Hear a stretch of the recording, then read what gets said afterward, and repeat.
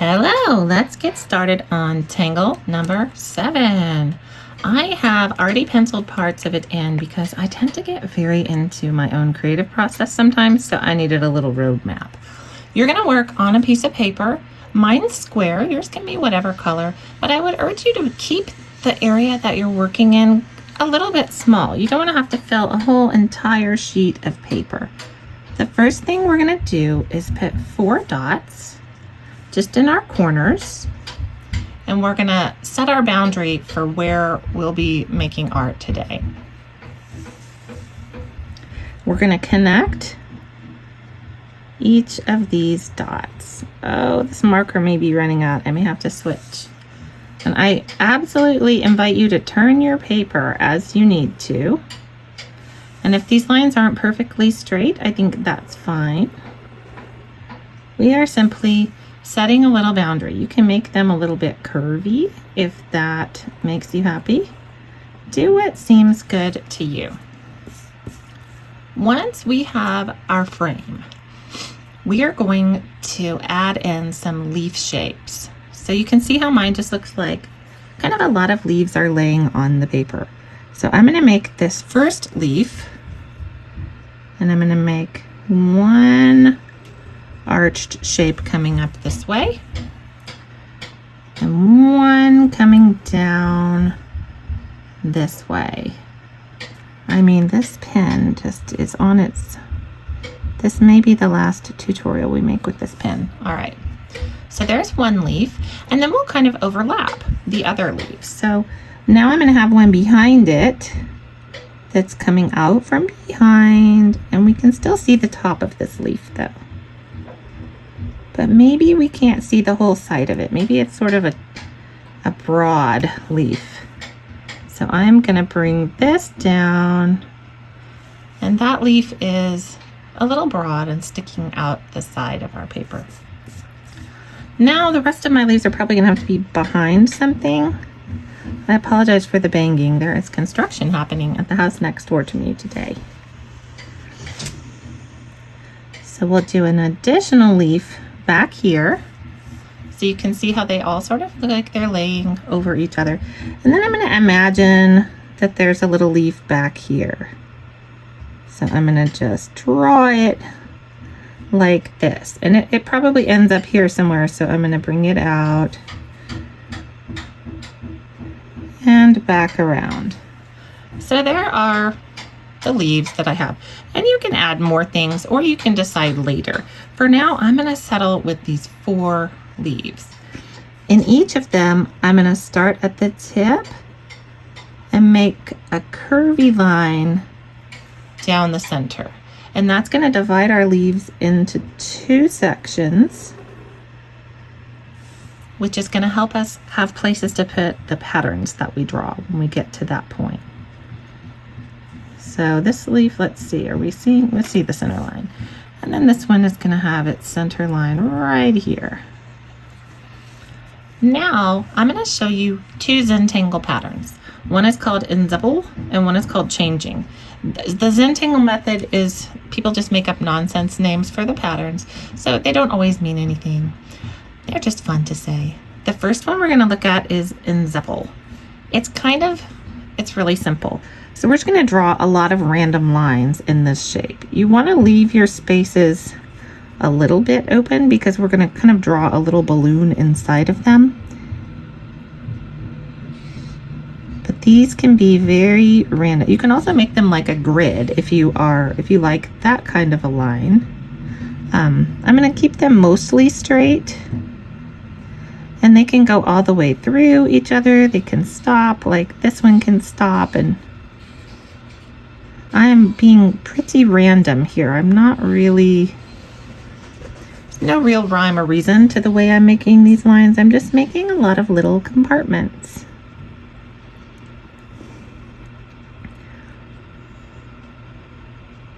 Your lines can all join at right angles if you want them to, that's all right.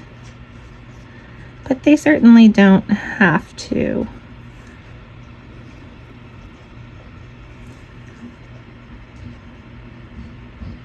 So I'm adding all of these lines, And my spaces are different shapes. That's all right. If I have any that are huge and I feel like I don't want it to be that big, you can always separate it later. Now we are going to imagine in each of these little spaces that there is a bubble. And this bubble is trying to fill this space as much as it can. And then wherever the bubble doesn't fill, we're going to color it in. But imagine you have a little box and you are blowing up a balloon inside that box. How big of a bubble is going to fill that space? So we're going to go through and do this in every space. So I'm going to follow these lines. And my bubble is filling that space, and where my bubble can't fill, I'm going to color in.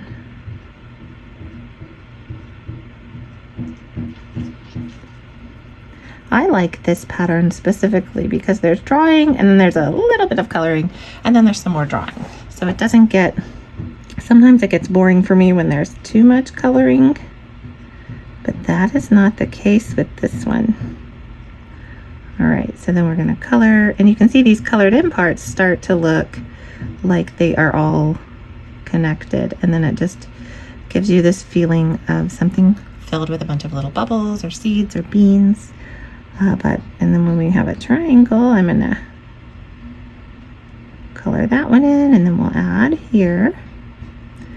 So play around with this pattern for a few minutes, and we'll keep practicing this pattern, and then we won't finish this whole section before I move on and show you how we're going to be doing that next pattern. So I'm just taking it into corners, coloring them in.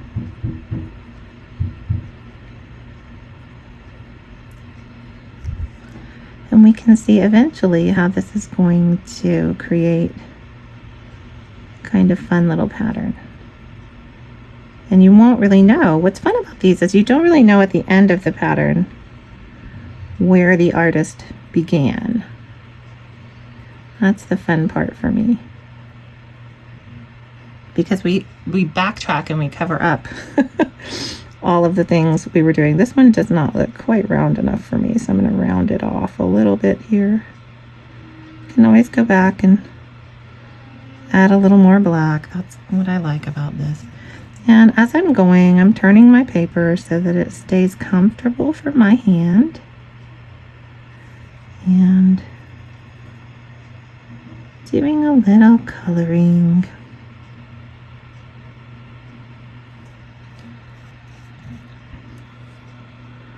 And I think I want this one to be smaller sections, so I have the power, I can do that.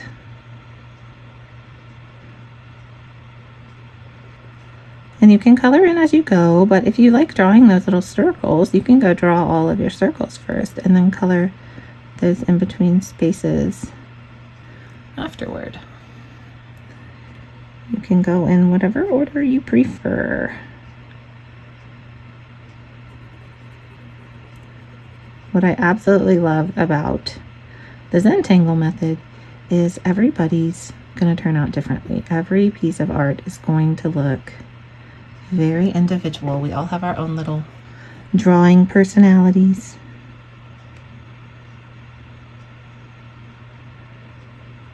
But you'll still be able to see how similar they are, and that people are sort of following the same little set of instructions.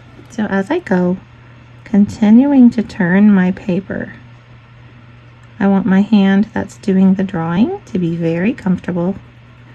I don't want to have to crunch it into a position that makes it unhappy or difficult. And be sure that as you're doing this, you're remembering to breathe. You're not really biting down on this this marker with your hand. Let yourself be relaxy. Let it be a fun thing. I'm going to draw a few more little lines in here.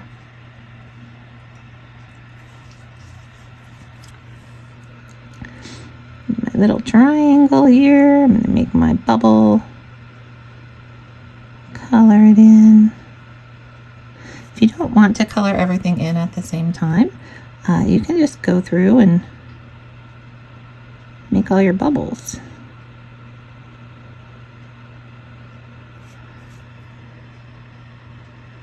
Like so.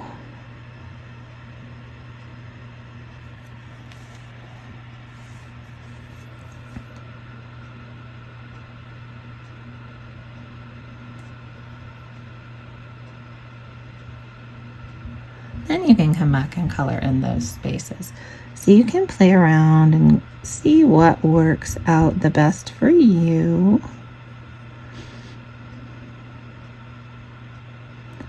I think I like the coloring way the best, so that's what I'm going to do.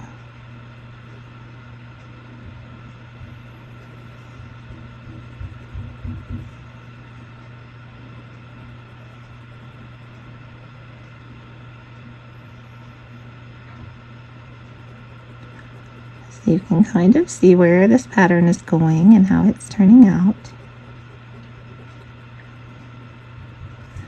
And what yours might look like. I just want you to enjoy each little space here. There's no rush, there is no finish line, there's no grade. This is all just for you, for your enjoyment, and for absolutely no other reason. Our brains, sometimes they need a quick vacation from the things that are going on in our life. And that can be many things. We won't get into them because everyone knows their own situation, but there are things that make us think really, really hard each day. This makes us think hard, but it's making us use our creative problem-solving skills in a way where there's not a lot of pressure. We are simply confronting each of these little creative decisions one by one, allowing our brain the time and the space that it needs. So my decisions, even like how am I going to color this in? Am I going to color in the boundaries first? Or am I going to scribble and then do the boundaries? Those are all creative decisions that are helping our brain strengthen those creative pathways and make it through the day. So you can see how this is going. The lovely thing about Zentangles is we can work on them for days at a time. They don't have to be something we finish in one sitting. So now that you have learned how to do Inzippel, so that's this pattern, I'm going to teach you how to do the pattern called Changing. And for changing, I might use also my pink pen just to help you see the individual, the different little lines. So for changing, you're going to start at the bottom and you're going to make a shape that looks like this. It's like a sideways arc. And I'll go back over that in my black so you can see exactly how I did it. It's open on the side. And then I'm going to do the next part. So we're going to meet this right at the edge and we're going to come up and over. And then we're going to come in a little bit and we're going to meet these two, but we're going to end a little bit further out. So here we go. We started on that outside and we came up and over, leaving a space, and then we followed back down here. So now we've made this little piece that sort of looks like an O. We are going to start on the first one we did and come up and out, and then we're just going to graze this one and go around. So here we go. We're going to graze this one. We might have to make this one a little bit longer. And then we're going to go up and over right there. We're going to continue that. So I'm going to graze, just graze the edge of those, but come up a little higher. and then give myself a wider area there. So here we go. We came up and just grazed the edge of that, and then we echoed it right behind. So we're creating this shape that's interesting and looks a little bit like a twist. So again, we're going to come to that smooth edge. We'll go up and over. And for this bottom one, we're just going to graze those two that we left there. So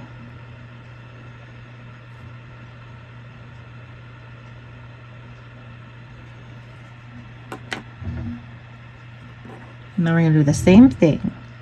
So we'll make our arc that grazes the edge of that one, and then echo it a bit larger.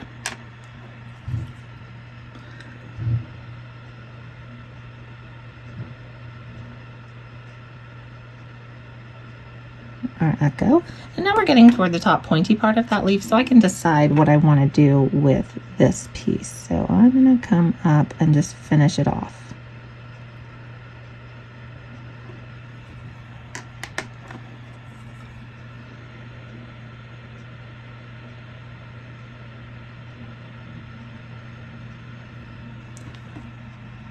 So there is the top of that one. And if we want to, we can add as though this little piece comes around, but we don't see the end of it. And that can finish off for us. So now we've got this twisty pattern in here. What I am going to do is called an aura. So I'm simply going to add a line that echoes the line that's already there.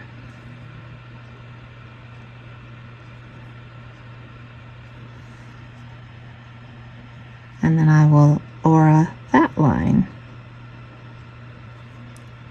So, not too tough. We're simply making a little shape that's already there.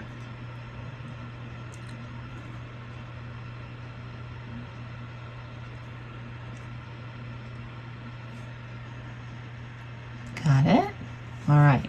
Then we'll do the same thing on the other side. We will aura this line. And I don't have as much space on this side, but that's okay. I can still make this. And then anywhere I feel like there would be another piece of this little pattern can go there. Let's see if there's any other tiny spaces where we might have some pattern. We might have some pattern here. This is all personal preference. Wherever you think you might have one more little piece. So that is changing. And then you can kind of make it any way you want. You can color in these sections. So we can color in the middle. I'm going to color really fast because my marker is dying. It's just almost out. Then I'll switch to a new one. But we can color in all of these little places where we have open space in the centers.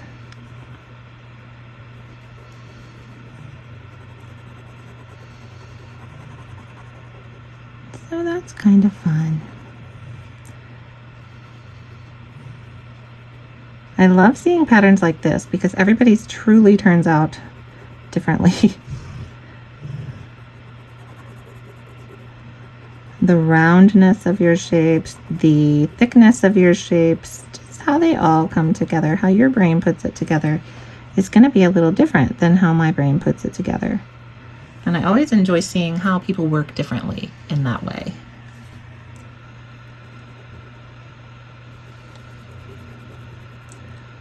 Sometimes it can get difficult to find where, like, what are the holes. So I like to go in and scribble them while my mind is in the right place. And then I can go back later and actually really color this in. That works a little better for me sometimes.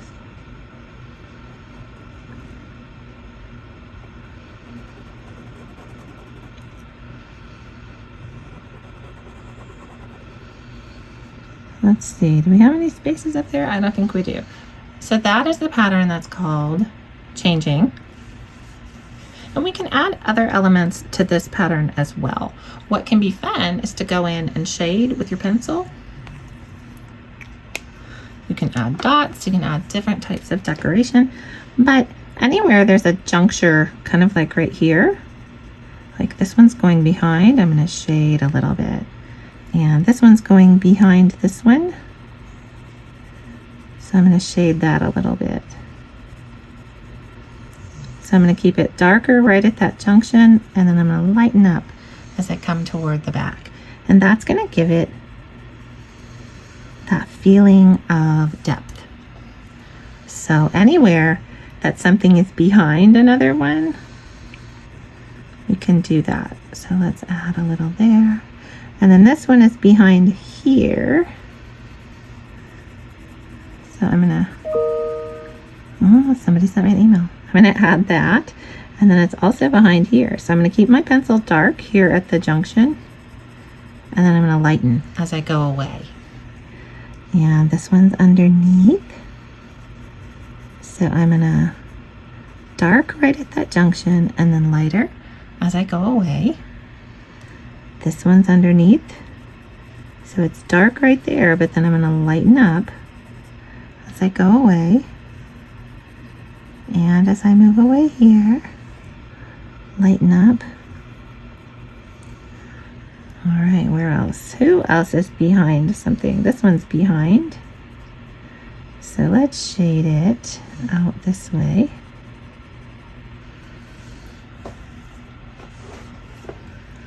This one, so we can shade a little darker here and then lighter as we go up that way.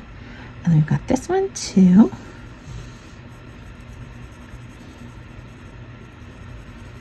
Of my original pencil sketches in here. Sorry about that. If I don't put a foundation down for myself when I am doing these videos, they will last 100 years. So I do have to think about that when I'm working on these for you. And then with these auras here, we can also shade the edge here. Like we want this to be shadowed. As though this little piece that's the braid is taller than this section behind it. So I'm trying to keep my dark line toward the edge where they meet. And then I get a little lighter as I go out. And I'll show you a trick in just a minute for smudging this and really getting it nice and blendy. So we can do that there. We can also do that here on the other side. So we can shade the edge nice and dark. And then as we come away from that edge, it gets lighter. And this can be a total difficulty if the pencil that you have is not a soft lead. Like if some pencils are a little bit harder. So if you can find one that's a softer lead, you can do this with a colored pencil. I mean, you can do it with a regular old mechanical pencil like me too. But you gotta take some time to develop the coordination to get the difference in value when you put this down. So like the darkness here and then that light touch as you keep your pencil moving. So you can see how that's developing a look of 3 dimensions. It's fun. So then I'm going to do the same on the top edge here. I'm going to darken it. And I will do the same to the rest of these little auras.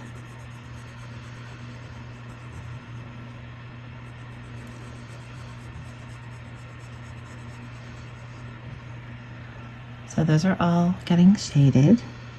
Same with this one.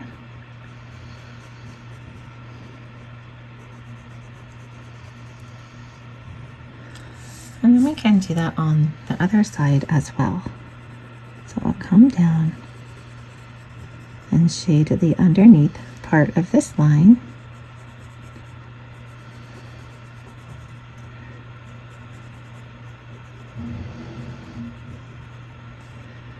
And what do we have going on over here? Maybe we need some shade here as well. Sometimes it can be hard to figure out these little tiny spaces that I just sort of made up. But that's okay. That's another one of those creative problem-solving times that's going to hopefully help my brain later when I need to make some problem-solving decisions. Oh, I missed an overlappy place right here, didn't I? Is that all the overlappy places? Maybe we'll make the edge where it ends also be shady. And the edge where it begins. Oh no, that's a bright area. I'm not going to do it. All right. So now I'm going to show you how to do a little bit of blending if you want to. I have a paper towel.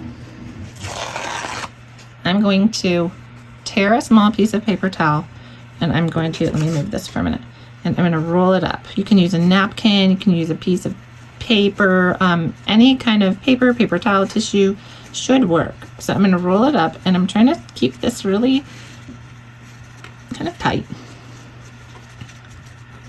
If it's not tight, that's okay. We'll make it a little more tight later. All right, so I've rolled it up and it's nice and tight and I'm squashing it. And now I'm going to fold it in half and I'm really going to crease it because what I want is this little sharp point. Now this can be like my blender. So I'm going to go to all these places where I shaded and kind of just in a circular motion go down. So circle, circle, circle.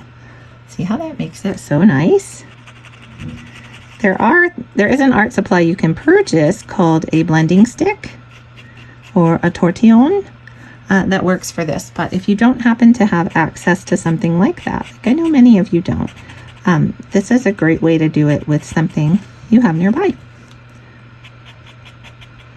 So I'm just going to buff, and I'm trying to make sure that I leave white space. I don't want to buff this out all the way over all my nice white space.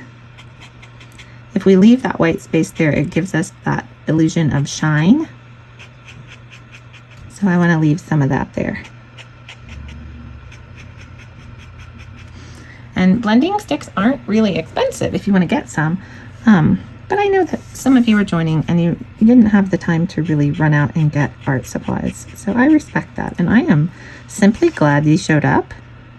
And if you find that this is something that brings you a lot of joy, maybe part of your self-care is treating yourself to some blending sticks. All right, so now that we have all that pencil on there, on these, you don't have to blend outward as much because they're really kind of a thin line that we shaded. And I want to try to leave some of that white. So now I'm going to go down to the next one, do a little bit of the smearing.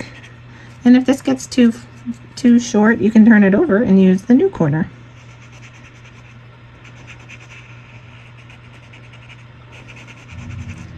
And as we're shading each of these, it's getting more and more dimensional looking. You can always experiment with shading. The fun thing about shading here is you don't have to really obey most of the rules that you ever knew about light and shading in drawing.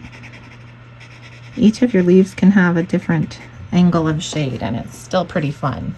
All right, so we're going to swoop around and do the same thing over on this side. So we'll just rub that line that we put at the top. I'm just doing a little bit of horizontal smearing back and forth on this one. And then I have a few more sections that need some attention with this good old buffing. And I'm trying to go along this line so that I leave a little bit of white there below. So that looks pretty cool. I like it. I'm loving it. If you want to know how to shade over here in these ones, there's a lot of different things you can do. You can put pattern in these, but if you want to shade these, I like to add a little shade along one side, and it doesn't have to be the same side on each one. It can be a different side, and that's totally fine. Like we can shade the top because these are all different shapes, right? And let's see, we'll shade this side. So it's almost like you're drawing a C or a little crescent moon on them and coloring that crescent moon in.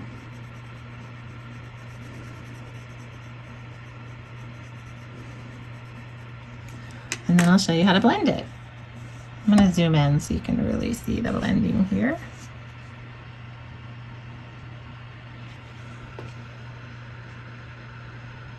All right, autofocus, let's go. All right, hopefully this works. All right, so I'm going to pick one anywhere, and I'm going to just smear that pencil line that I put on there. So that makes it nicely blended, and then I'll do the same thing over here. The most important thing about blending is that you make sure you leave some of the white that we colored here, we didn't color here. Don't bring it all the way over, or it's not going to have the same real round perspective effect that makes these so cool.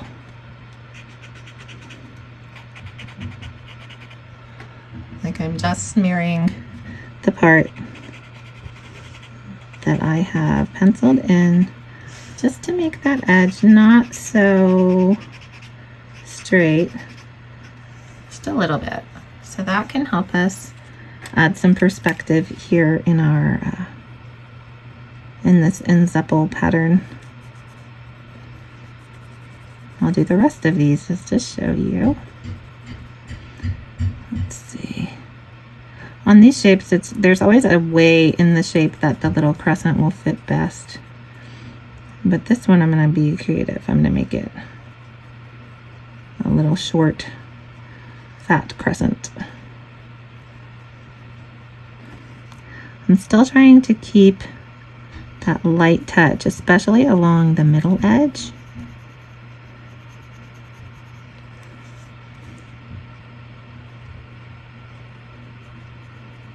And if shading isn't for you, if you don't enjoy the shading, or you are just not interested in the look of the shading, you can always fill these with pattern. You can leave them the way they are. This is about whatever makes your mind happy. I like all these little tiny shading projects are fulfilling for me, and I'm loving the way this pencil is writing today on this particular piece of paper. So that's all bringing me a great deal of relaxation and peace. As you work your way through these, you'll figure out what brings you relaxation and peace, and you'll be able to focus on those things a little bit more. All right, so I'm coming back through with my paper towel. Whee!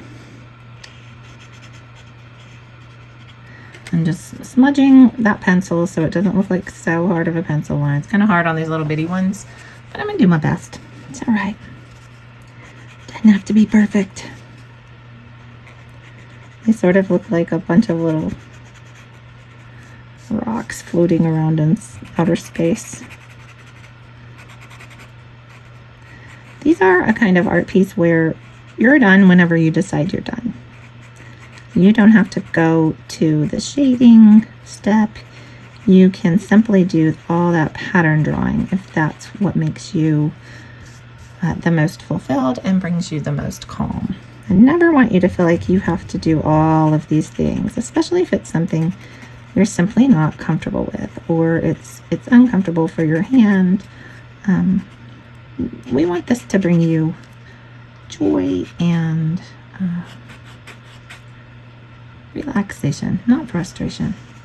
But know that even if you want to try this, even if you've never done shading before and you want to try this,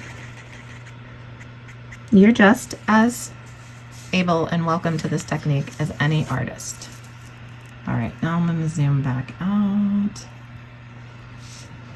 So that's the part I'm teaching you. Now is your time to go ahead and finish however long it takes you. Finish this out. So in each leaf, you can put that ensemble pattern on one side, and then you can put the changing pattern on the other side. I'm going to do it. We'll see if I finish. I'm going to do it and see if I can get it finished, but I'm going to time lapse for you because this is going to take quite a while, and that's okay. That's the beauty of this. That's what it's all about. Taking some time for myself to enjoy doing the things I enjoy doing. All right, I'll see you at the end.